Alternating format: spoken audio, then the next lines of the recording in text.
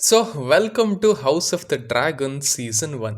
ಇದು almost game of ಥ್ರೋನ್ಸ್ಗಿಂತ 200 ವರ್ಷಗಳ ಹಿಂದೆ ನಡೆದಂಥ ಕಥೆ. ಡೆನರಿಸ್ ಟಾರ್ಗೇರಿಯನ್ ಹುಟ್ಟೋಕ್ಕಿಂತ 172 ವರ್ಷಗಳ ಹಿಂದಿನ ಕಥೆ. ಗೇಮ್ ಆಫ್ ಥ್ರೋನ್ಸ್ನಲ್ಲಿ ಎಲ್ಲ ಡ್ರ್ಯಾಗನ್ಗಳು ಎಕ್ಸ್ಟಿಂಟ್ ಆಗಿದ್ವು, ಒಂದು ಕೂಡ ಇರಲಿಲ್ಲ. ಟಾರ್ಗೇರಿಯನ್ಸ್ ಅಂದರೆ ರೆಸ್ಪೆಕ್ಟ್ ಕೂಡ ಇಲ್ಲ. ಬಟ್ ಇಲ್ಲಿ ಹಾಗಲ್ಲ, ಇಲ್ಲಿ ಅವರೇ ಸೂಪರ್ ಪವರ್ಫುಲ್, ಸಖತ್ ಸ್ಟ್ರಾಂಗ್ ಇರೋ ಡ್ರ್ಯಾಗನ್ಸ್ ಇದಾವೆ. ಆ್ಯಂಡ್ ಡ್ರ್ಯಾಗನ್ಸ್ ಅನ್ನೋದು ನಾರ್ಮಲ್ ವಿಷಯ ಆಗಿನ ರೂಲರ್ಗಳಿಗೆ. ಸೊ ಇದೇ ರೀತಿಯಲ್ಲಿ ನಮಗೆ ಇಂಟ್ರೊಡ್ಯೂಸ್ ಆಗೋದು ರೆನೈರಾ ಟಾರ್ಗೇರಿಯನ್. ಇವಳು ತುಂಬ ಗುರಿಗಳನ್ನು ಇಟ್ಕೊಂಡಿರೋಂಥ ಹುಡುಗಿ. ಅಲ್ಲಿರೋ ಎಲ್ಲ ಹೆಣ್ಣು ಮಕ್ಕಳ ಥರ ಇಷ್ಟಕ್ಕೆ ಸೀಮಿತವಾಗಿರಬೇಕು ಅಂತ ಬಯಸಲ್ಲ. Same like ಡೆನೇರಿಸ್. ಅವಳ ಅಪ್ಪ ವಿಸೇರಿಸ್ ಟಾರ್ಗೇರಿಯನ್, ಅವನೇ ಇಲ್ಲಿನ ರಾಜ, ಒಬ್ಬ ಪೀಸ್ಫುಲ್ ರಾಜ ಅಂತಲೇ ಹೇಳ್ಬೋದು. ಅವನ ಆಡಳಿತದಲ್ಲಿ ಎಲ್ಲ ನಾರ್ಮಲ್ ಆಗಿ ನಡ್ಕೊಂಡು ಹೋಗ್ತಾ ಇದೆ. ಆದರೆ ಒಂದೇ ತೊಂದರೆ ಏನಂದರೆ ಇವನ ನಂತರ ರಾಜ ಯಾರು ಅಂತ. ಯಾಕಂದರೆ ವಿಸೇರಿಸ್ಗೆ ಮಗ ಹುಟ್ಟಿಲ್ಲ, ಇರೋದು ಮಗಳು ಮಾತ್ರ. ಆ್ಯಂಡ್ ಮಗಳು ನೆಕ್ಸ್ಟ್ ಪಟ್ಟನ ತಗೊಳ್ಳೋ ಹಾಗಿಲ್ಲ, ಅಥವಾ ಇಲ್ಲಿ ತನಕ ಅದು ಆಗಿಲ್ಲ ಅಲ್ಲಿ. ಸೊ ಅದು ಆ ಪಟ್ಟ ನಂತರ ಹೋಗಬೇಕಾಗಿರೋದು ಈ ಕಿಂಗ್ನ ತಮ್ಮ ಡೇಮನ್ ಟಾರ್ಗೇರಿಯನ್ಗೆ. ಇವನು ಒಂಥರ ತಿಕ್ಲು ಮನುಷ್ಯ, ಫುಲ್ ಬ್ಯಾಡ್ ಕ್ಯಾರೆಕ್ಟರ್ ಅಲ್ಲ, ಬಟ್ ತನಗೆ ಇಷ್ಟ ಬಂದದನ್ನು ಇಷ್ಟ ಬಂದ ಹಾಗೆ ಇಷ್ಟ ಬಂದ ಟೈಮ್ನಲ್ಲಿ ಮಾಡ್ತಾನೆ. ಕಾಂಪ್ಲಿಕೇಟೆಡ್ ಅಂತ ಹೇಳ್ಬೋದು. ಅಣ್ತಮ್ಮ ಹಂಗೇನೆ, ಅವನನ್ನ ಚೇಂಜ್ ಮಾಡೋದಕ್ಕಾಗಲ್ಲ. ಇನ್ನು ಈಗ ಇಲ್ಲಿ ರಾಣಿ ಏನಿದ್ದಾಳೆ ಅವಳು ಪ್ರೆಗ್ನೆಂಟ್ ಆಗಿದ್ದಾಳೆ, ವಿಸೇರಿಸ್ನ ಹೆಂಡತಿ, ರೆನೈರಾನ ಅಮ್ಮ. ಸೊ ನಾವಿಲ್ಲಿ ಒಂದು ಮಗುವನ್ನು ಎಕ್ಸ್ಪೆಕ್ಟ್ ಮಾಡ್ಬೋದು. ಅದು ಗಂಡು ಮಗು ಆಗಿರಲೇಬೇಕು, ಬಿಕಾಸ್ ರಾಜನಿಗೆ ಮುಂದಿನ ವಾರಸ್ದಾರ ಇಲ್ಲ. ಸೊ ಅದರ ಸಲುವಾಗಿ ಒಂದು ಮನರಂಜನೆಗೆ ಅಂತ ಒಂದು ಫೈಟ್ನ ಇಡ್ತಾರೆ. ಅಫ್ಕೋರ್ಸ್ ಅಲ್ಲಿ ಡೇಮನ್ ಇರ್ತಾನೆ, ಅವನೇ ಫೇವ್ರೆಟ್ ಕೂಡ. ಬಟ್ ಅದನ್ನು ಕ್ರಿಸ್ಟನ್ ಕೋಲ್ ವಿನ್ ಆಗ್ತಾನೆ. ಈ ಅಣ್ತಮ್ಮನ ನೆನ್ಪಿಟ್ಕೊಳ್ಳಿ, ಅಣ್ಣನ ಕೆಲಸಗಳು ಬಹಳ ಇದ್ದಾವೆ ಮುಂದೆ. ಈ ಕಡೆ ಮಗು ಹುಟ್ಟೋದು ಕಾಂಪ್ಲಿಕೇಟ್ ಆಗಿರುತ್ತೆ. ಆ್ಯಂಡ್ ವಿಸೇರಿಸ್ಗೆ ಮಗು ಬೇಕಾಗೇ ಇರುತ್ತೆ. ಸೊ ಅವನು ಹೆಂಡತಿ ತೀರ್ಕೊಂಡ್ರೂ ಪರವಾಗಿಲ್ಲ ಅನ್ನೋ ನಿರ್ಧಾರಕ್ಕೆ ಬರ್ತಾನೆ. ಹೆಂಡತಿ ಸಾಯ್ತಾಳೆ, ಆ್ಯಂಡ್ ಮಗು ಹುಟ್ಟಿ ಅದು ಕೂಡ ಸ್ವಲ್ಪದ್ರಲ್ಲೇ ಸತ್ತೋಗುತ್ತೆ, ಗಂಡು ಮಗು. ಸೊ ಈ ಸಮಯದಲ್ಲೂ ಕೂಡ ವಾರಸ್ದಾರ ಸಿಗಲಿಲ್ಲ. ಆ್ಯಂಡ್ ಇದೇ ಹೊತ್ತಲ್ಲಿ ಡೇಮನ್ ಟಾರ್ಗೇರಿಯನ್ ಒಂದು ವೇಶ್ಯಾಗೃಹಕ್ಕೆ ಹೋಗಿ ಅಲ್ಲಿ ಸತ್ತೋಗಿರೋ ಮಗು ಬಗ್ಗೆ ಕಾಮಿಡಿ ಮಾಡ್ತಾ ಇರ್ತಾನೆ. ಒಂದು ದಿನದ ವಾರಸ್ದಾರ, ಹೀಗೆ ಹಾಗೆ ಅಂತ. ಇದು ರಾಜನಿಗೆ ಅಂದರೆ ಡೇಮನ್ನ ಅಣ್ಣನಿಗೆ ವಿಸೇರಿಸ್ಗೆ ಗೊತ್ತಾಗತ್ತೆ ಕೂಡ. ಈಗ ನಮಗೆ ಇಂಟ್ರೊಡ್ಯೂಸ್ ಆಗೋದು ಓಟೋ ಹೈಟವರ್. ಇವನು ಹ್ಯಾಂಡ್ ಆಫ್ ದ ಕಿಂಗ್, ಮಂತ್ರಿ ಥರ. ತುಂಬಾ ಇಂಟೆಲಿಜೆಂಟ್ ಹಾಗೆ ಕನ್ನಿಂಗ್ ಕೂಡ ಹೌದು. ಸೊ ಅವನು ಎಕ್ಸ್ಪ್ಲೈನ್ ಮಾಡ್ತಾನೆ, ಈ ಡೇಮನ್ನ ನಾವು ರಾಜ ಮಾಡೋಕ್ಕಾಗಲ್ಲ, ಬಿಕಾಸ್ ಅವನು ತಿಕ್ಲು ಮನುಷ್ಯ, he is not the right choice ಅಂತ. ಆ್ಯಕ್ಚುಲಿ ಅಣ್ಣ ತಮ್ಮಂದ್ರ ಇಬ್ಬರ ಮಧ್ಯ ಏನು ದ್ವೇಷ ಇರಲ್ಲ, ಬಟ್ ಮನಸ್ತಾಪ ಇರುತ್ತೆ. ಸೊ ಅದು ಆಮೇಲೆ ಈ ಕಮೆಂಟ್ಸ್ ಎಲ್ಲ ಸೇರಿಕೊಂಡು ವಿಸೇರಿಸ್ ಡೇಮನ್ನ ಹೊರಗೆ ಕಳಿಸ್ಬಿಡ್ತಾನೆ ಕಿಂಗ್ಸ್ ಲ್ಯಾಂಡಿಂಗ್ನಿಂದ. ರಾಜರು ಇರುವಂಥ ಜಾಗ ಕಿಂಗ್ಸ್ ಲ್ಯಾಂಡಿಂಗ್. ಆ್ಯಂಡ್ ಫೈನಲಿ ತನ್ನ ಮಗಳನ್ನು ಮುಂದಿನ ಕಿಂಗ್, ಕ್ವೀನ್ ಅನ್ನೋ ರೀತಿ ಪ್ರಕಟಿಸ್ತಾನೆ ಅವನ ಅವಧಿ ಮುಗಿದ ನಂತರ. ಡೇಮನ್ಗೆ ಇದಕ್ಕೆ ಫೈಟ್ ಮಾಡೋದಕ್ಕೆ ಇಷ್ಟ ಇರೋದಿಲ್ಲ. ಇನ್ಫ್ಯಾಕ್ಟ್ ಈಗಲೂ ಅವನು ಮುಂದೆ ನಾನೇ ರಾಜ ಆಗೋದು ಅಂತ ಫಿಕ್ಸ್ ಆಗಿರ್ತಾನೆ ಮೈಂಡಲ್ಲಿ. ಆಲ್ಸೋ ರೆನೈರಾ ಅಂದರೆ ಅವನಿಗೆ ಒಂದಷ್ಟರ ಮಟ್ಟಿಗೆ ಇಷ್ಟ ಕೂಡ ಹೌದು. ಸೊ ಇದನ್ನು ಇಗ್ನೋರ್ ಮಾಡಿರ್ತಾನೆ ಅಣ್ತಮ್ಮ, ಬಂದಾಗ ನೋಡ್ಕೊಳ್ಳೋಣ ಬಿಡು ಅಂತ. ರೆನೈರಾಗೆ ಅಫ್ಕೋರ್ಸ್ ಇದು ಇಷ್ಟ. ಅವಳಿಗೆ ಮೊದಲಿಂದ ಆಸೆ ಇದ್ದದ್ದು ಕೂಡ ಅದೇನೆ, ಐ ಆಮ್ ಡಿಫ್ರೆಂಟ್ ಆ್ಯಂಡ್ ನಾನು ಈ ಪವರಲ್ಲಿ ಇರಬೇಕು ಅಂತ. So she is super happy. ಇನ್ನು ಈ ಕಡೆ ರಾಜನದು ತನ್ನದೇ ಆದ ಒಂದು ಕೌನ್ಸಿಲ್ ಇರುತ್ತೆ. ಅವರು ಹೇಳೋದೇನೆಂದರೆ, ನೀವು ಇನ್ನೊಂದು ಮದುವೆ ಆಗಬಹುದಲ್ವಾ ಅಂತ. ಸೊ ಆವಾಗ ಇಂಟ್ರೊಡ್ಯೂಸ್ ಆಗೋದೆ ಕಾರ್ಲಿಸ್ ವೆಲೇರಿಯನ್. ಇವನು ಮಾಸ್ಟರ್ ಆಫ್ ಶಿಪ್ಸ್. ಸಮುದ್ರ ಹಾಗೆ ನೀರಿನ ಬಗ್ಗೆ ಏನೇ ಮೆಷರ್ಸ್ ಇದ್ರು, ಯುದ್ಧಗಳಿದ್ರು, ಅದು ಅವಂದೇ. ಆ್ಯಂಡ್ ಇವನ ಹೆಂಡತಿ ರೇನಿಸ್ ಟಾರ್ಗೇರಿಯನ್. ಇವಳು ಈ ರಾಜ ಇದನ್ನಲ್ಲ ಅವನ ಕಸಿನ್. ಆ್ಯಕ್ಚುಲಿ ಲೆಕ್ಕದಲ್ಲಿ ಅವಳೇ ರಾಣಿ ಆಗಬೇಕಾಗಿತ್ತು. ಬಟ್ ಏನಿಲ್ಲಿ ಹೆಣ್ಣು ಮಕ್ಕಳು ಪವರ್ನ ತಗೊಳ್ಳೋ ಹಾಗಿಲ್ಲ, ತಗೊಂಡಿಲ್ಲ ಅಂತ ಅದು ವಿಸೇರಿಸ್ಗೆ ಹೋಗುತ್ತೆ. ಸೊ ಇವರಿಬ್ಬರ ಮಗಳು ಲೇನಾ ವೆಲೇರಿಯನ್. ಇವಳನ್ನ ಮದುವೆ ಆಗಿ ಅಂತ ಹೇಳೋದು. ಬಟ್ ವಿಸೇರಿಸ್ಗೆ ಮದುವೆ ಬಗ್ಗೆ ಅಷ್ಟೇನು ಇಂಟ್ರೆಸ್ಟ್ ಇರಲ್ಲ, ಬಿಕಾಸ್ ಅವನು ತನ್ನ ಹೆಂಡತಿಯನ್ನು ತುಂಬ ಲವ್ ಮಾಡ್ತಾ ಇರ್ತಾನೆ. ಆ್ಯಂಡ್ ತಾನು ತಗೊಂಡಂಥ ನಿರ್ಧಾರದ ಬಗ್ಗೆ ಅವನಿಗೆ ರಿಯಲೈಸ್ ಆಗಿರುತ್ತೆ ಕೂಡ. ಆಲ್ಸೋ ಇವರಿಬ್ಬರ ಮಗಳೇನಿದ್ದಾಳೆ ಅವಳಿನ್ನ ಸಣ್ಣವಳು, ಅವಳನ್ನು ಹೇಗೆ ಮದುವೆ ಆಗೋದು ಅಂತ ಅವನಿಗೆ ಸ್ವಲ್ಪ ಮುಜುಗರ ಇರುತ್ತೆ. ಆ್ಯಂಡ್ ಅದಕ್ಕೆ ಅವನು ಆ ನಿರ್ಧಾರನ ಹೋಲ್ಡಲ್ಲಿ ಇಟ್ಟಿರ್ತಾನೆ. ಈ ಗ್ಯಾಪಲ್ಲಿ ಒಂದು ಸರ್ಪ್ರೈಸ್ ಎದುರಾಗುತ್ತೆ. ಅದೇನೆಂದರೆ ಓಟೋ ಹೈಟವರ್ನ ಮಗಳು ಒಬ್ಬಳು ಇದ್ದಾಳೆ. ಅವಳ ಹೆಸರು ಅಲಿಸೆಂಟ್ ಹೈಟವರ್. ಆಲ್ಸೋ ಅವಳು ರೆನೈರಾನ ಬೆಸ್ಟ್ ಫ್ರೆಂಡ್ ಕೂಡ. ಸೊ ಅಪ್ಪ ಏನು ಹೇಳ್ತಾನೆ, ನೋಡು ಮಗಳೇ, ಈಗ ರಾಜರು ಸ್ವಲ್ಪ ಬೇಜಾರಲ್ಲಿದ್ದಾರೆ, ಹೆಂಡತಿಯನ್ನು ನೆನೆಸ್ಕೊಳ್ತಾ ದುಃಖ ಪಡ್ಕೊಳ್ತಾ ಇದ್ದಾರೆ, ಅವರನ್ನು ಕಂಫರ್ಟ್ ಮಾಡೋದಕ್ಕೆ ನೋಡು, ಹೋಗು ಅಂತ. ಗಬ್ನನ್ ಮಗ ಅಣ್ತಮ್ಮ ಹಿಂಗೆ ಯಾರಾದರೂ ಹೇಳ್ತಾರೆ?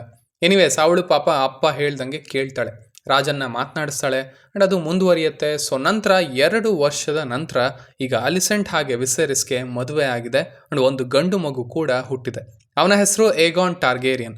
ಸೊ ಈಗ ಎಲ್ಲ ಏನು ಅಂದ್ಕೊಳ್ತಾರೆ, ಗಂಡು ಮಗು ಅಂತೂ ಬಂತು, ನೆಕ್ಸ್ಟ್ ರಾಜ ಅವನೇನೆ ಅಂತ. ಬಟ್ ವಿಸೇರಿಸ್ ಅದನ್ನು ಮಾಡಲ್ಲ.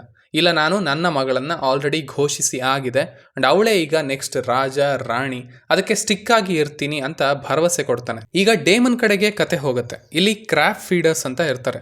ಅವರು ಇವರ ಎಕ್ಸ್ಪೋರ್ಟ್ ಆ್ಯಂಡ್ ಇಂಪೋರ್ಟ್ ಏನಿರುತ್ತೆ ಅದಕ್ಕೆ ತೊಂದರೆ ಕೊಡ್ತಾ ಇರ್ತಾರೆ. ಸೈನಿಕರನ್ನು ಸಾಯಿಸ್ತಾ ಇರ್ತಾರೆ ಬರ್ಬರವಾಗಿ. ಸೊ ಅವರನ್ನು ಇವನು ಒಬ್ಬನೇ ಹೋಗಿ ಕೊಂದು ಬರ್ತಾನೆ. ಅದೊಂದು ಸಖತ್ ಎಲಿವೇಶನ್ ಡೇಮನ್ ಕ್ಯಾರೆಕ್ಟರ್ಗೆ. ಸಖತ್ತಾಗಿತ್ತು ಆ ಆ್ಯಕ್ಷನ್ ಸೀಕ್ವೆನ್ಸ್. ಅಂಡ್ ಇದು ರಾಜನಿಗೆ ತಿಳಿಯುತ್ತೆ. ಓಕೆ, ಒಂದು ತಲೆನೋವನ್ನು ಕಮ್ಮಿ ಮಾಡಿದ್ದಾನೆ ಡೇಮನ್ ಅಂತ ಅಂದ್ಕೊಂಡು ಅವನನ್ನು ಮತ್ತೆ ಒಪ್ಕೊಳ್ತಾನೆ, ವಾಪಸ್ ಕರೆಸ್ಕೊಳ್ತಾನೆ. ವಿಸೇರಿಸ್ಗೆ ಫ್ಯಾಮಿಲಿ ಅಂದರೆ ತುಂಬ ಇಷ್ಟ. Basically Viserys is a good man. So ಅವನು ಒಂದು ಹ್ಯಾಪಿ ಫ್ಯಾಮಿಲಿನ ನೋಡೋದಕ್ಕೆ ಇಷ್ಟಪಡ್ತಾ ಇರ್ತಾನೆ ಯಾವಾಗಲೂ. ಸೊ ರೆನೈರಾ ಮತ್ತು ಡೇಮನ್ ಈಗ ಮತ್ತೆ ಹತ್ರ ಆದರು. ಒಬ್ಬರ ಮೇಲೆ ಒಬ್ಬರಿಗೆ ಅಟ್ರಾಕ್ಷನ್ ಮೊದಲಿಂದನೂ ಇರುತ್ತೆ. ಇದೇನು ಗುರು, ಚಿಕ್ಕಪ್ಪ ಮತ್ತು ಮಗಳ ಮಧ್ಯ ಅಂತ ಅಂದ್ಕೊಂಡ್ರೆ ಅದು ಈ ಟಾರ್ಗೆರಿಯನ್ ಫ್ಯಾಮಿಲಿಲಿ ನಾರ್ಮಲ್. ಬಿಕಾಸ್ ಅವರು ತಮ್ಮ ಬ್ಲಡ್ನ ಆದಷ್ಟು ಪ್ಯೂರ್ ಆಗಿ ಇಟ್ಕೊಳ್ಳೋದಕ್ಕೆ ನೋಡ್ತಾ ಇರ್ತಾರೆ. So no rules. ಅಂಟಮ್ಮ ಒಂದಿನ ರಾತ್ರಿ ರೆನೈರಾನ ಹೊರಗಡೆ ಕರ್ಕೊಂಡು ಹೋಗ್ತಾನೆ, ಅದು ಬ್ರಾಥೆಲ್ಗೆ. ಅಂಡ್ ಅಲ್ಲಿ ವಿಷಯಗಳು ನಡೆಯೋದಕ್ಕೆ ಸ್ಟಾರ್ಟ್ ಆಗ್ತವೆ ಇಬ್ಬರ ಮಧ್ಯ. ಬಟ್ ಅದ್ಯಾಕೋ ಡೇಮನ್ ಅದನ್ನು ಅಲ್ಲಿಗೆ ಬಿಟ್ಟು ಹೊರಗೆ ಬರ್ತಾನೆ, ಮುಂದುವರ್ಸೋದಕ್ಕೆ ಹೋಗೋದಿಲ್ಲ. ರೆನೈರಾಗೂ ಅದು ಗೊತ್ತಾಗೋದಿಲ್ಲ ಯಾಕೆ ಅಂತ. ಅಂಡ್ ಅಫ್ಕೋರ್ಸ್ ಈಗ ರೆನೈರಾ ಟೀನೇಜ್ ಹುಡುಗಿ, ಅವಳು ಆ ಫೀಲಿಂಗ್ ಒಳಗೆ ಹೋಗಿರ್ತಾಳೆ. ಅಂಡ್ ಅದು ಈಗ ಕಂಪ್ಲೀಟ್ ಆಗಬೇಕು. ಸೊ ವಾಪಸ್ ಬಂದು ಅಲ್ಲೇ ಇದ್ದ ತನ್ನ ಬಾಡಿ ಗಾರ್ಡ್ ಕ್ರಿಸ್ಟನ್ ಕೋಲ್ನ ಕರೀತಾಳೆ. ಅಂಡ್ ಅವರಿಬ್ಬರು ಅವತ್ತಿನ ದಿನ 6 ರನ್ಗಳನ್ನು ಹೊಡಿತಾರೆ. ರೈಟ್, ಅದು ಆಗಬಾರ್ದಿತ್ತು. ಒಬ್ಬ ಕಿಂಗ್ಸ್ ಗಾರ್ಡ್ ಈ ರೀತಿಯ ಕೆಲಸಗಳನ್ನು ಮಾಡೋ ಹಾಗಿಲ್ಲ, ಅದು ಪಾಪ. ಬಟ್ ಅದು ಆಗ್ಬಿಡತ್ತೆ ಆ ಸಮಯದಲ್ಲಿ. ಇನ್ನು ಅಫ್ಕೋರ್ಸ್ ಈ ವಿಷಯ ಅಲ್ಲ, ಆದರೆ ಡೇಮನ್ ಆ್ಯಂಡ್ ರೆನೈರಾನ ವಿಷಯ ನಮ್ಮ ಸ್ಮಾರ್ಟಿ ಹ್ಯಾಂಡ್ ಓಟೋ ಹೈಟ್ ಅವರಿಗೆ ಗೊತ್ತಾಗುತ್ತೆ. ಸೊ ಈಗ ಅವನಿಗೆ ಸಿಕ್ಕಿದ್ದೇ ಚಾನ್ಸ್ ಅಂತ ಅವನು ಹೇಳ್ತಾನೆ ರಾಜನಿಗೆ. ಡೇಮನ್ ಹಾಗೆ ರೆನೈರಾ ಒಂದು ವೇಶ್ಯಾಗೃಹದಲ್ಲಿ ಇದ್ದರು ಆ್ಯಂಡ್ ಅಲ್ಲಿ ವಿಷಯ ನಡೆದಿರಬಹುದು ಅಂತ. ಆ್ಯಂಡ್ ವಿಸೇರಿಸ್ಗೆ ಇದನ್ನು ತಡ್ಕೊಳ್ಳೋದಕ್ಕೆ ಆಗಲ್ಲ. ಡೇಮನ್ ಹತ್ರ ಹೋಗ್ತಾನೆ ಆ್ಯಂಡ್ ಅವನನ್ನು ಮತ್ತೆ ಅಲ್ಲಿಂದ ಬ್ಯಾನ್ ಮಾಡ್ತಾನೆ. ಈ ಕಡೆ ಅಲಿಸೆಂಟ್ ಬಂದು ರೆನೈರಾಗೆ ಕೇಳ್ತಾಳೆ ಹಿಂಗೇನಾದರೂ ಆಯ್ತಾ ಅಂತ. ಬಟ್ ಅವಳು ಅಲ್ಲಿ ಸುಳ್ಳು ಹೇಳ್ತಾಳೆ. ಆ್ಯಂಡ್ ಅಗೇನ್ ವಿಸೇರಿಸ್ ಬಂದು ಕೇಳ್ತಾನೆ ಕೂಡ, ಏನಾದರೂ ಆಯ್ತಾ ನಿಮ್ಮಿಬ್ಬರ ಮಧ್ಯ ಅಂತ. ಬಿಕಾಸ್ ಮದುವೆಗಿಂತ ಮುಂಚೆ ಇದು ಆಗಬಾರ್ದು. ಬಟ್ ಅಲ್ಲಿ ಅಕ್ಕ ಕಾನ್ಫಿಡೆಂಟ್ ಆಗಿ ಇವೆಲ್ಲ ರೂಮರ್ಗಳು ಮಾತ್ರ, ಫಸ್ಟ್ ಆಫ್ ಆಲ್ ಈ ಸುದ್ದಿಗಳನ್ನು ಹಬ್ಬಿಸ್ತಾ ಇರೋರನ್ನ ನೋಡ್ಕೊಳ್ಳಿ ಅಂತ ಹೇಳ್ತಾಳೆ. ಆ್ಯಂಡ್ ಅಷ್ಟಕ್ಕೇನೆ ವಿಸೇರಿಸ್ ಆ ಓಟೋ ಹೈಟ್ ಅವರ್ ಏನಿರ್ತಾನೆ ತನ್ನ ಹ್ಯಾಂಡ್ ಅವನನ್ನು ತೆಗೆದು ಹಾಕ್ತಾನೆ. ಅಲಿಸೆಂಟ್ ಬಂದು ಕೇಳ್ತಾಳೆ, ನನ್ನ ಫ್ರೆಂಡ್ ಯಾಕೆ ಹೀಗೆ ಮಾಡ್ತಾಳೆ, ನಿಮ್ಮನ್ನು ಯಾಕೆ ತೆಗೆಸ್ತಾಳೆ ಅಂತ. ಬಟ್ ಓಟೋ ಎಗೇನ್ ಅಲ್ಲಿ ವಿಷ ಬಿತ್ತೋದಕ್ಕೆ ಶುರು ಮಾಡ್ತಾನೆ. ಈಗ ರೆನೈರಾ ನಿನ್ನ ಫ್ರೆಂಡ್ ಅಲ್ಲ, ಅಕಸ್ಮಾತ್ ಅವಳು ರಾಣಿ ಆಗಲಿಲ್ಲ ಅಂದರೆ ಅದು ಏಗಾನ್ ಅಂದರೆ ನಿನ್ನ ಮಗನಿಗೇನೆ ಬರೋದು ಸಿಂಹಾಸನ. ಸೊ ಈ ಆಟಗಳಲ್ಲಿ ಇದೆಲ್ಲ ಕಾಮನ್, ನೋಡು ನಿನ್ನ ಆಟ ನೀನು ಆಡ್ತೀಯಾ ಇಲ್ವಾ ಅಂತ ಹೇಳಿ ಹೊಡ್ತಾನೆ. ಸೊ ಅಲ್ಲಿಂದ ಒಬ್ಬ ಮುಗ್ಧ ಅಲಿಸೆಂಟ್ ಸ್ವಲ್ಪ ಬದಲಾಗೋದಕ್ಕೆ ಶುರು ಆಗ್ತಾಳೆ. ಈಗ ಇಷ್ಟು ರೂಮರ್ಗಳು ಸ್ಪ್ರೆಡ್ ಆಗ್ತಾ ಇದ್ದಾವೆ, ಆದಷ್ಟು ಬೇಗ ರೆನೈರಾಗೆ ಮದುವೆ ಮಾಡಬೇಕು ಅಂತ ಫಿಕ್ಸ್ ಆಗ್ತಾರೆ. ಆವಾಗ ಮತ್ತೆ ಹೋಗೋದು ನಮ್ಮ ಕಾರ್ಲಿಸ್ ವೆಲೇರಿಯನ್ ಹತ್ರ. ಅವನ ಮಗ ಇದ್ದಾನೆ ಲೇನಾರ್ ವೆಲೇರಿಯನ್. ಸೊ ಇಬ್ಬರು ಆಲ್ಮೋಸ್ಟ್ ಒಂದೇ ಏಜ್ನವರು ಅಂತ ಮದುವೆಗೆ ತಯಾರಿ ಮಾಡ್ಕೊಳ್ತಾರೆ. ಆದರೆ ಲೇನಾರ್ಗೆ ಹುಡುಗರಂದರೆ ಅವನಿಗೆ ಇಷ್ಟ.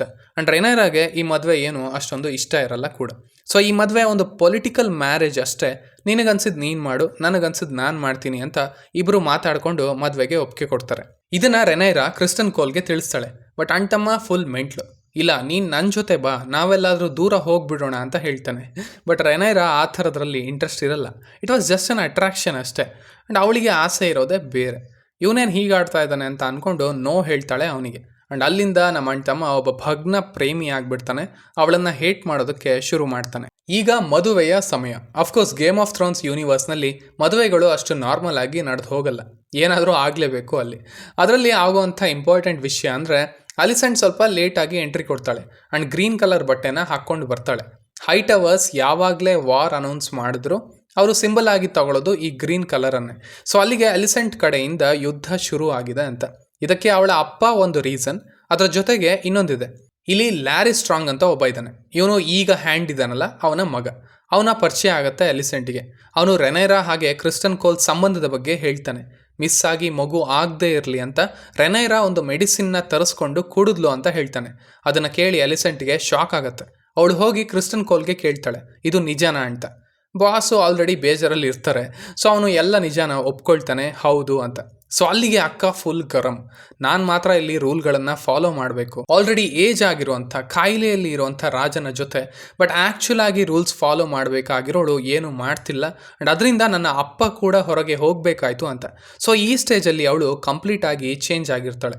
ಇನ್ನು ಈ ಮದುವೆಯಲ್ಲಿ ಇನ್ನೊಂದು ವಿಷಯ ಕೂಡ ನಡೆಯುತ್ತೆ. ಈ ಮದುವೆಯ ಹುಡುಗ ಲೇನೋರ್ ಇದ್ದಾನಲ್ಲ, ಅವನು ಗೇ ಅಫ್ಕೋರ್ಸ್, ಆ್ಯಂಡ್ ಅವನ ಬಾಯ್ ಫ್ರೆಂಡ್ ಕೂಡ ಒಬ್ಬ ಇರ್ತಾನೆ. ಅವನು ಕ್ರಿಸ್ಟನ್ ಕೋಲ್ ಹತ್ರ ಹೋಗಿ ಹೇಳ್ತಾನೆ, ನಾನು ನೀನು ಒಂದೇ, ನಾನು ಹುಡುಗನಿಗೆ ನೀನು ಹುಡುಗಿಗೆ ಅಂತ. ಬಟ್ ಆ ಟೈಮಲ್ಲಿ ಪಿತ್ತ ನೆತ್ತಿಗೇರಿರುತ್ತೆ. ಸೊ ಅಲ್ಲಿಗೆ ಏನೂ ಕಾರಣ ಇಲ್ದೇನೆ ಅವನನ್ನು ಹೊಡೆದೇನೆ ಸಾಯಿಸ್ಬಿಡ್ತಾನೆ ಕೋಲ್. ಸೊ ಇಲ್ಲಿಗೆ ಕ್ರಿಸ್ಟನ್ ಕೋಲ್ ಕೂಡ ಕಂಪ್ಲೀಟ್ ಆಗಿ ರೆನೈರಾ ವಿರುದ್ಧ ಆದ ಅಂತ ತೋರಿಸಿದ ಹಾಗೆ. ಇನ್ನು ಈಗ ಇಲ್ಲಿಂದ 10 ವರ್ಷಗಳ ಜಂಪ್ನ ತಗೊಳುತ್ತೆ ಸ್ಟೋರಿ. ಸೊ ನೀವು ನೆನಪಲ್ಲಿ ಇಟ್ಕೊಂಡಿರುವಂಥ ಮುಖಗಳನ್ನು ಮರೀರಿ, ಈಗ ಬರುವಂಥ ಮುಖಗಳನ್ನು ನೆನಪಲ್ಲಿ ಇಟ್ಕೊಳ್ಳಿ. ರೆನೈರಾ ತನ್ನ 3ನೇ ಮಗುಗೆ ಜನ್ಮ ಕೊಡ್ತಾ ಇರ್ತಾಳೆ. ಅಫ್ಕೋರ್ಸ್ ಲೇನಾರ್ ಜೊತೆ ಮದುವೆ ಆಗಿದ್ದು, ಬಟ್ ಮಕ್ಕಳು ಆಗಿರೋದು ಈಗಿನ commander of the city watch Harwin Strong ಇಂದ. ಇದೊಂದು ಅಂಡರ್ಸ್ಟ್ಯಾಂಡಿಂಗ್ನಲ್ಲಿ ಇರುವಂಥ ಮದುವೆ ಆ್ಯಂಡ್ ಹಾಗೇನೆ ಕಂಟಿನ್ಯೂ ಆಗ್ತಾ ಇದೆ ಕೂಡ. ಬಟ್ ಪ್ರಾಬ್ಲಮ್ ಏನಂದರೆ ಟಾರ್ಗೆರಿಯನ್ಸ್ಗೆ ನಾರ್ಮಲಿ ವೈಟ್ ಕೂದಲು ಇರುತ್ತೆ, ಬಟ್ ಈಗ ರೆನೈರಾ ಮಕ್ಕಳಿಗೆ ಬಂದಿರೋದು ಬ್ಲ್ಯಾಕ್ ಹೇರ್. ಸೊ ಅದು ಎಲ್ಲ ಕಡೆ ಸುದ್ದಿಯನ್ನು ಹಬ್ಸಿರುತ್ತೆ, ಇದು ನ್ಯಾಯವಾಗಿ ಆಗಿರೋದಲ್ಲ ಅಂತ. ಬಟ್ ಅದನ್ನು ಯಾರು ಕ್ವಶನ್ ಮಾಡ್ತಾ ಇರೋದಿಲ್ಲ. ಈ ಕಡೆ ಅಲಿಸೆಂಟ್ ಅದನ್ನು ರಾಜನಿಗೆ ಹೇಳ್ತಾ ಇರ್ತಾಳೆ, ಬಟ್ ಅದನ್ನು ಅವನು ಇಗ್ನೋರ್ ಮಾಡ್ತಾ ಇರ್ತಾನೆ.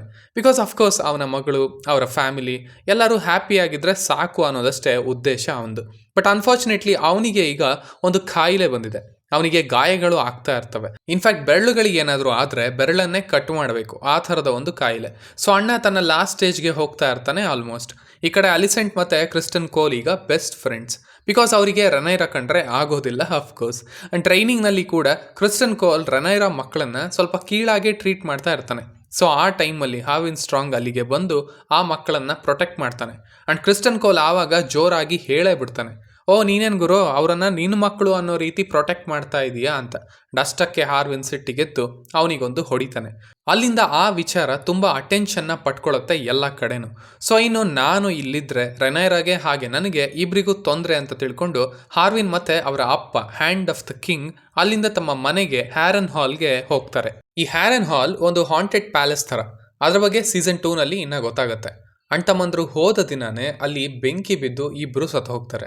ಇದನ್ನು ಮಾಡಿಸಿದ್ದು ಲ್ಯಾರಿ ಸ್ಟ್ರಾಂಗ್, ಹಾರ್ವಿನ್ ಸ್ಟ್ರಾಂಗ್ನ ತಮ್ಮ. ಯಾಕಂದರೆ ಇದು ಅಲಿಸೆಂಟ್ಗೆ ಹೆಲ್ಪ್ ಆಗಲಿ ಅಂತ. ಈಗ ರೆನೈರಾ ಸಪೋರ್ಟ್ ಹಾರ್ವಿನ್ ಇದ್ನಲ್ಲ, ಅವನು ಸತ್ತ. And hand of the king ಇವರ ಅಪ್ಪ ಅವನು ಕೂಡ ತೀರ್ಕೊಂಡ. ಸೊ ಇದರಿಂದ ಅಲಿಸೆಂಟ್ನ ಗ್ರಿಪ್ ಹೆಚ್ಚಾಗತ್ತೆ ಅಂತ. ಇವರಿಬ್ಬರ ಮಧ್ಯೆ ಏನೂ ಇರೋದಿಲ್ಲ, ಬಟ್ ಸ್ಟಿಲ್ ಈ ಥರದ ಕೆಲಸ ಅಥವಾ ಇನ್ಫಾರ್ಮೇಷನ್ ಸಜೆಷನ್ ಏನಾದರೂ ಕೊಡಬೇಕಂದ್ರೆ ಅಲಿಸೆಂಟ್ ಅವಳ ಪಾದಗಳನ್ನು ಅವನಿಗೆ ತೋರಿಸ್ಬೇಕಾಗಿರುತ್ತೆ. ಅದೇನೇನು ಫ್ಯಾಂಟಸಿಗಳನ್ನು ಬರೀತಾರೋ ಇವರು ಗೊತ್ತಿಲ್ಲ. ಎನಿವೇಸ್, ಈಗ ಡೇಮನ್ ಕಡೆಗೆ ಬರೋದಾದರೆ ಅವನು ಈಗ ಲೇನಾ ವೆಲರಿಯನ್ ಇದ್ಲಲ್ಲ, ವಿಸೆರಿಸ್ಗೆ ಮದುವೆ ಆಗೋದಕ್ಕೆ ಸಣ್ಣ ಹುಡುಗಿನ ಕರ್ಕೊಂಡು ಬಂದಿದ್ರಲ್ಲ, ಅವಳನ್ನು ಮದುವೆ ಆಗ್ತಾನೆ. ಅಫ್ಕೋರ್ಸ್ ಈಗ ಅವಳು ದೊಡ್ಡವಳಾಗಿದ್ದಾಳೆ. ಸೊ ಇವರಿಬ್ಬರಿಗೆ ಮಕ್ಕಳಿದ್ದಾರೆ. ಆದರೆ ಇನ್ನೊಂದು ಮಗು ಆಗೋ ಟೈಮಲ್ಲಿ ಆ ಪ್ರೆಗ್ನೆನ್ಸಿ, ಆ ಡೆಲಿವರಿ ಕಾಂಪ್ಲಿಕೇಟ್ ಆಗುತ್ತೆ. ಆ್ಯಂಡ್ ಅವಳಿಗೆ ಗೊತ್ತಾಗುತ್ತೆ ನಾನು ಬದುಕೋದಿಲ್ಲ ಮುಂದೆ ಅಂತ. ಸೊ ಒಬ್ಬ ಡ್ರ್ಯಾಗನ್ ರೈಡರ್ ರೀತಿ ತನ್ನ ಡ್ರ್ಯಾಗನ್ ವೇಗಾರ್, ಅತಿ ದೊಡ್ಡದಾದಂಥ ಡ್ರ್ಯಾಗನ್ ಇದೆ, ಅದರ ಹತ್ರ ಹೋಗಿ ಅದರ ಬೆಂಕಿಯಲ್ಲಿ ಸಾಯೋದಕ್ಕೆ ಇಷ್ಟಪಡ್ತಾಳೆ. ಆ ಡ್ರ್ಯಾಗನ್ ಕೂಡ ಅವಳ ಆಜ್ಞೆಯನ್ನು ಪಾಲಿಸುತ್ತೆ. ಸೊ ಈಗ ಎಲ್ಲ ಟಾರ್ಗೆರಿಯನ್ ಫ್ಯಾಮಿಲಿ ಒಂದು ಹತ್ರ ಬರ್ತಾರೆ, ಫ್ಯಾಮಿಲಿ ರೀಯೂನಿಯನ್ ಥರ. ಡೇಮನ್ ತನ್ನ ವೈಫ್ ಲೇನಾನ ಕಳ್ಕೊಂಡಿದ್ದಾನೆ. ಆ್ಯಂಡ್ ರೆನೈರಾ ತನ್ನ ಬಾಯ್ ಫ್ರೆಂಡ್ ಅಥವಾ ಅಫೇರ್ ಹಾರ್ವಿನ್ ಸ್ಟ್ರಾಂಗ್ನ ಕಳ್ಕೊಂಡಿದ್ದಾಳೆ. ಸೊ ಇಬ್ಬರು ಇಷ್ಟು ವರ್ಷದ ನಂತರ ಮೀಟ್ ಆಗ್ತಾ ಇದ್ದಾರೆ. ಆ್ಯಂಡ್ ಅಲ್ಲಿಗೆ ಮತ್ತೆ ಹಳೆಯ ಪ್ರೇಮ ಕುಡಿ ಒಡೆದು ಅವರು 6 ರನ್ಗಳನ್ನು ಹೊಡಿತಾರೆ. ಆವಾಗಲೇ ಪಾಪ ಸತ್ತೋರ ಮೇಲಿಂದ ಏನು ಅನ್ಕೊಳ್ತಾ ಇದ್ರು ಆ ಟೈಮಲ್ಲಿ ಗೊತ್ತಿಲ್ಲ ಶಿವ. ಈಗ ನಮಗೆ ಇಂಟ್ರೊಡ್ಯೂಸ್ ಆಗೋದು ಏಮನ್ ಟಾರ್ಗೇರಿಯನ್. ಇವನು ವಿಸೆರಿಸ್ ಹಾಗೆ ಅಲಿಸೆಂಟ್ನ 2ನೇ ಮಗ. ಮೊದಲನೇ ಅವನು ಏಗಾನ್.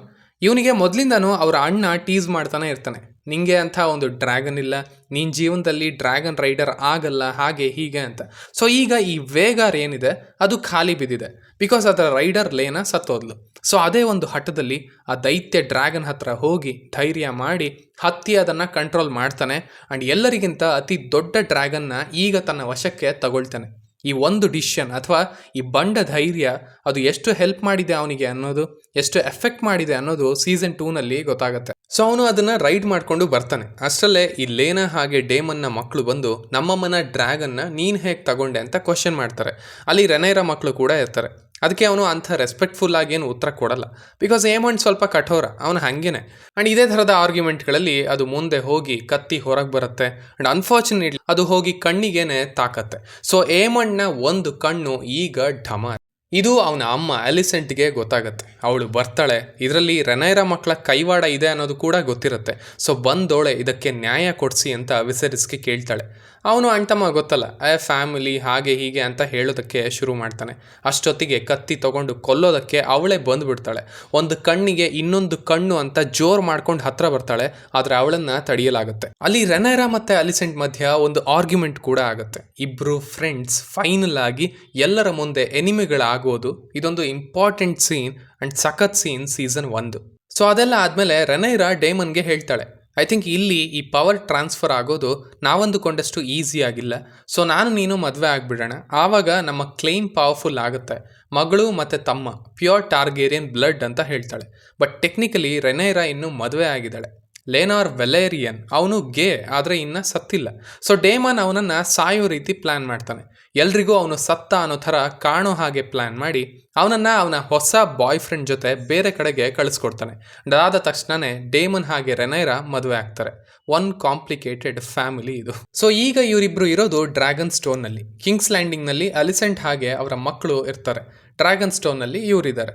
ಮದುವೆ ಆದಮೇಲೆ ಆಲ್ಮೋಸ್ಟ್ 6 ವರ್ಷ ಆರಾಮಾಗಿ ಕಳೆಯುತ್ತೆ. ಆದರೆ ಒಂದೇ ಪ್ರಾಬ್ಲಮ್ ಏನಂದರೆ, ಕಾರ್ಲಿಸ್ ವೆಲೇರಿಯನ್ ಇದನ್ನಲ್ಲ, ಮಾಸ್ಟರ್ ಆಫ್ ಶಿಪ್ಸ್, ರೆನೈರಾನ ಮಾವ. ಸೊ ಅವನು ಕೂಡ ಅವನ ಮನೆತನಕ್ಕೆ ರಾಜನೇ. ಅವನೀಗ ಸ್ವಲ್ಪ ಯುದ್ಧಗಳಲ್ಲಿ ಗಾಯಗೊಂಡಿರ್ತಾನೆ.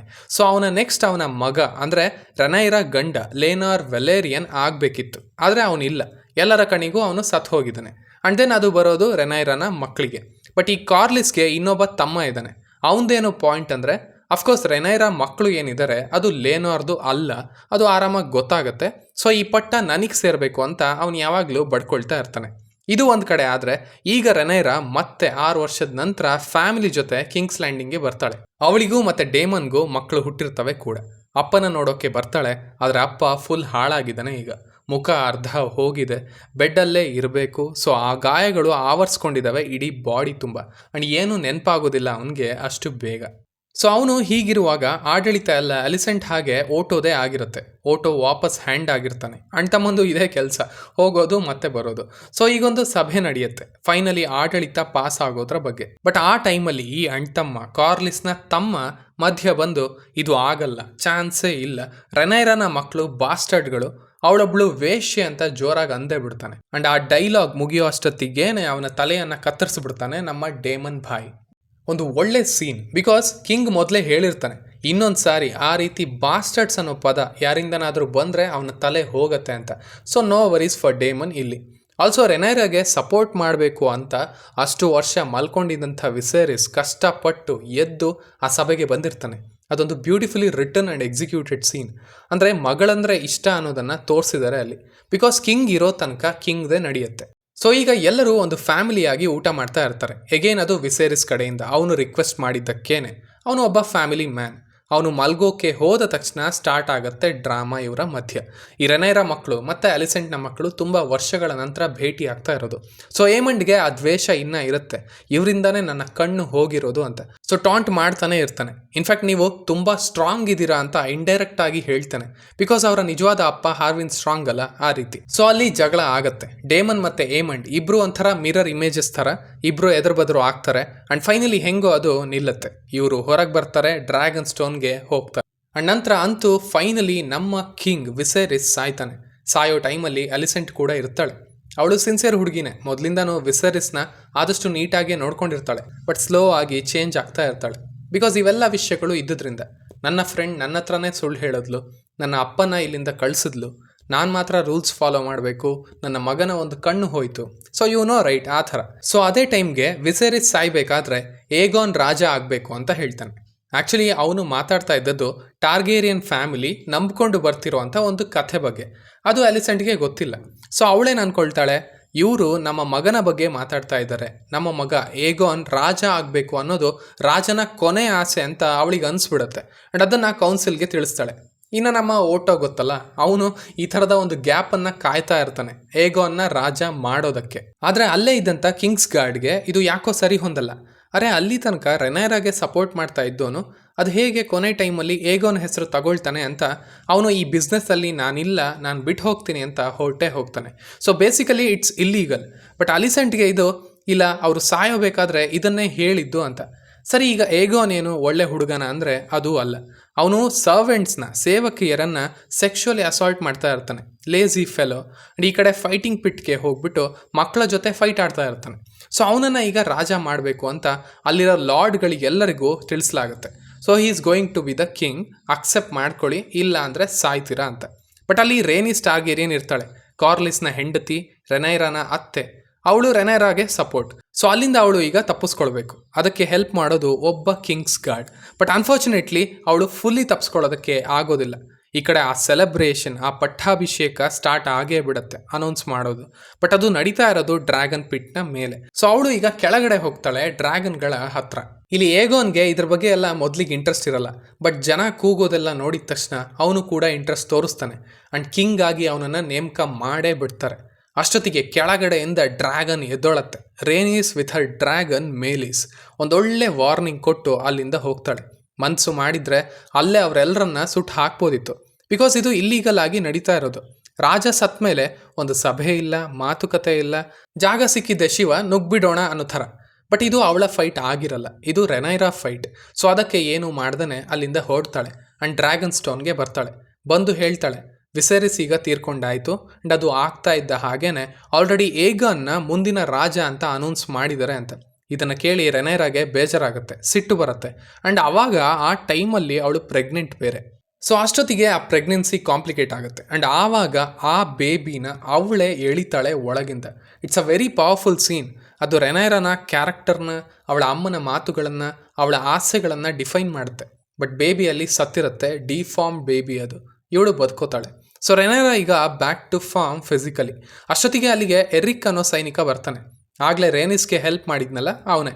ಬೇಸಿಕಲಿ ಇವರು twin brothers, Arryk and Erryk. So ಒಬ್ಬ ಏಗಾನ್ಗೆ ಸಪೋರ್ಟ್ ಮಾಡಿದ್ರೆ ಇನ್ನೊಬ್ಬ ರೆನೈರಾಗೆ ಸಪೋರ್ಟ್. ಸೊ ಅವನು ವಿಸೆರಿಸ್ ಸತ್ನಲ್ಲ, ಅವನ ಹತ್ರ ಇದ್ದಂಥ ಕಿರೀಟನ ತಂದು ನೀವೇ ನಮ್ಮ ಕ್ವೀನ್, ಸಿಂಹಾಸನ ಆ್ಯಂಡ್ ಕಿರೀಟ ನಿಮಗೆ ಸೇರತ್ತೆ ಅಂತ ಹೇಳ್ತಾನೆ. ಸೊ ಅಲ್ಲಿಗೆ ಒಂದೇ ಫ್ಯಾಮಿಲಿ ಒಳಗಡೆ ಯುದ್ಧ ಸ್ಟಾರ್ಟ್ ಆದ ಹಾಗೆ. ಈ ಕಡೆ ರೆನೈರಾ ದ ಬ್ಲ್ಯಾಕ್ಸ್, ಆ ಕಡೆ ಏಗಾನ್ ದ ಗ್ರೀನ್ಸ್. ಈಗ ಓಟೋ ಅಣ್ತಮ್ಮ ಡ್ರ್ಯಾಗನ್ ಸ್ಟೋನ್ಗೆ ಬರ್ತಾನೆ. ಬಂದು ಹೇಳ್ತಾನೆ ನೋಡಿ ಇದು ಹೀಗಾಗಬೇಕಾಗಿಲ್ಲ, ಸುಮ್ಮನೆ ಏಗಾನ್ನ ಒಪ್ಕೊಳ್ಳಿ ಕಿಂಗ್ ಅಂತ. ಸೊ ಆವಾಗ ನೀವು ನಿಮ್ಮ ಫ್ಯಾಮಿಲಿ ಆರಾಮಾಗಿ ಬದುಕೋಬೋದು ಅಂತ. ಡೇಮೋನ್ ಅಲ್ಲೇ ಅವನನ್ನು ಸಾಯಿಸೋಕೆ ಹೋಗ್ತಾನೆ. ಬಟ್ ರೆನೈರಾ ತಡಿತಾಳೆ, ಬಿಟ್ಟು ಕಳಿಸ್ತಾಳೆ. ಇನ್ನು ಈಗ ಸಪೋರ್ಟ್ನ ಹುಡುಕೋ ಅಂತ ಸಮಯ. ಮೆಜಾರಿಟಿ ಬೇಕಲ್ಲ, ಆ್ಯಂಡ್ ಅದರ ಮೇಲೂ ಸಹ ಯುದ್ಧ ಆದರೆ ಪಡೆಗಳು ಬೇಕಲ್ಲ. ಸೊ ಅದೇ ಹೊತ್ತಿಗೆ ಕಾರ್ಲಿಸ್ ವೆಲೋರಿಯನ್ ಬರ್ತಾನೆ, ದ ಮಾಸ್ಟರ್ ಆಫ್ ಶಿಪ್ಸ್. ಅವನು ಬದುಕಿರ್ತಾನೆ, ಸ್ಟ್ರಾಂಗೆಸ್ಟ್ ನೇವಿ ಇರುವಂಥ ಹೌಸ್ ಅದು. ಸೊ ಅವನ ಸಪೋರ್ಟ್ ರೆನೈರಾಗೆ ಈಗ. ಅಂಡ್ ಆಲ್ಸೋ ಅತಿ ಹೆಚ್ಚು ಡ್ರ್ಯಾಗನ್ ಇರೋದು ಕೂಡ ರೆನೈರಾ ದ ಬ್ಲ್ಯಾಕ್ಸ್ ಕಡೆನೆ. ಸೊ ಇದನ್ನು ಪ್ರತಿ ಬೇರೆ ಬೇರೆ ರಾಜ್ಯಗಳಿಗೂ ತಿಳಿಸ್ಬೇಕು, ಅವರ ಸಪೋರ್ಟ್ನ ಕೇಳಬೇಕು. ಲೀಗಲಿ ಆಗಬೇಕಾಗಿರೋದು ಇದು ಅಂತ. ಸೊ ಅದಕ್ಕೆ ಲೆಟರ್ ಕಳಿಸ್ಬೇಕು ಅಂತ ಅಂದ್ಕೊಳ್ತಾರೆ. ಆದರೆ ರೆನೈರಾನ ಮಕ್ಕಳು ಇಲ್ಲ ನಾವೇ ಹೋಗಿ ಮಾತಾಡ್ಕೊಂಡು ಬರ್ತೀವಿ, ಅದು ಇನ್ನೂ ಬೆಟರ್ ಇರುತ್ತೆ ಅಂತ ಹೇಳಿ ಹೊರಡ್ತಾರೆ ತಮ್ಮ ಡ್ರ್ಯಾಗನ್ಗಳ ಮೇಲೆ. ಸಣ್ಣವನು ಲುಸೆರಿಸ್ ಟಾರ್ಗೇರಿಯನ್ ಲ್ಯೂಕ್ ಬೆರಾಥಿಯನ್ಸ್ ಹತ್ರ ಹೋಗ್ತಾನೆ ಮಾತಾಡೋದಕ್ಕೆ. ಬಟ್ ಅಲ್ಲಿ ಆಲ್ರೆಡಿ ಏಮಂಡ್ ಬಂದಿರ್ತಾನೆ ತನ್ನ ಡ್ರ್ಯಾಗನ್ನ ಜೊತೆಗೆ. ಬಿಕಾಸ್ ಅವರು ಕೂಡ ಅದನ್ನೇ ಮಾಡಬೇಕಲ್ಲ, ಸಪೋರ್ಟ್ ಕೇಳೋದು. ಸೊ ಬೆರಾಥಿಯನ್ಸ್ ಈಗ ಗ್ರೀನ್ಸ್ ಕಡೆಗೆ. ಬಿಕಾಸ್ ಏಮಂಡ್ ನಿಮ್ಮ ಒಬ್ಬ ಮಗಳನ್ನು ಮದುವೆ ಆಗ್ತೀನಿ ಅಂತ ಹೇಳಿರ್ತಾನೆ.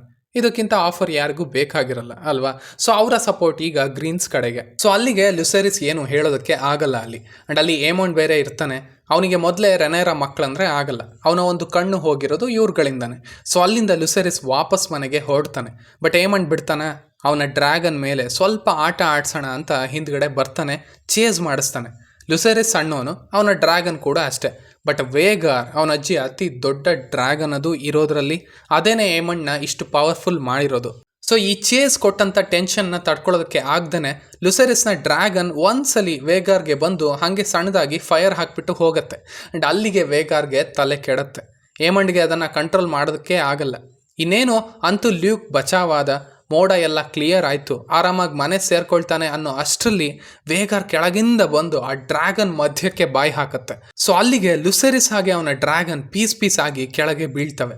ಏಮಂಡ್ಗೆ ಇದು ಬೇಕಾಗಿರಲಿಲ್ಲ, ಬಟ್ ಅದು ಆಗೋಯ್ತು, ನಡೆದು ಹೋಯಿತು. ವಾರ್ ಸ್ಟಾರ್ಟ್ ಆಗೋಕ್ಕಿಂತ ಮುಂಚೆನೇ ಒಂದು ಜೀವ ಹೋಗಿತ್ತು. ಆ್ಯಂಡ್ ಇದು ರೆನೈರಾಗೆ ಗೊತ್ತಾಗತ್ತೆ. ಅಕ್ಕ ತಿರುಗಿ ಒಂದು ಲುಕ್ನ ಕೊಡ್ತಾಳೆ. ಅಲ್ಲಿ ದುಃಖ ಮತ್ತು ಸಿಟ್ಟು ಎರಡೂ ಇರುತ್ತೆ. ಆ್ಯಂಡ್ ಅಲ್ಲಿಗೆ ಸೀಸನ್ 1 ಎಂಡ್ ಆಗುತ್ತೆ. ಇನ್ನು ಇದರ ಮುಂದಿನ ಕಥೆ ಏನು ಅನ್ನೋದನ್ನು ನಾವು ಸೀಸನ್ 2ನಲ್ಲಿ ನೋಡೋಣ. ಸೊ ಎಕ್ಸ್ಪ್ಲನೇಷನ್ ಹೇಗಿತ್ತು, ಇಷ್ಟ ಆಯ್ತಾ ಅನ್ನೋದನ್ನು ಖಂಡಿತ ಕೆಳಗಡೆ ತಿಳಿಸಿ. ಆ್ಯಂಡ್ ತುಂಬ ಇಷ್ಟ ಆಗಿದ್ದರೆ ಅಕಸ್ಮಾತ್ ಶೇರ್ ಕೂಡ ಮಾಡಿ. ಇದು ಎಕ್ಸ್ಪ್ಲನೇಷನ್ಗಳಿಗೇನೆ ಅಂತ ಇರೋವಂಥ channel stories with Varun. And ಇನ್ನು ಸೀಸನ್ 2 ಎಕ್ಸ್ಪ್ಲನೇಷನ್ ಕೂಡ ಇಲ್ಲೇ ಬರುತ್ತೆ. ಸೊ ಸಬ್ಸ್ಕ್ರೈಬ್ ಮಾಡ್ಕೊಳ್ಳಿ. ಹಾಗೆ ಸೀಸನ್ 2 ಫುಲ್ ಎಕ್ಸ್ಪ್ಲನೇಷನ್ ಬೇಕಾ ಅಥವಾ ಎಪಿಸೋಡ್ ವೈಸ್ ಎಕ್ಸ್ಪ್ಲನೇಷನ್ ಬೇಕಾ ಅನ್ನೋದನ್ನು ಖಂಡಿತ ಕೆಳಗಡೆ ತಿಳಿಸಿ. ಆ್ಯಸ್ ಯೂಶುವಲ್ ಮತ್ತೆ ಸಿಗೋಣ.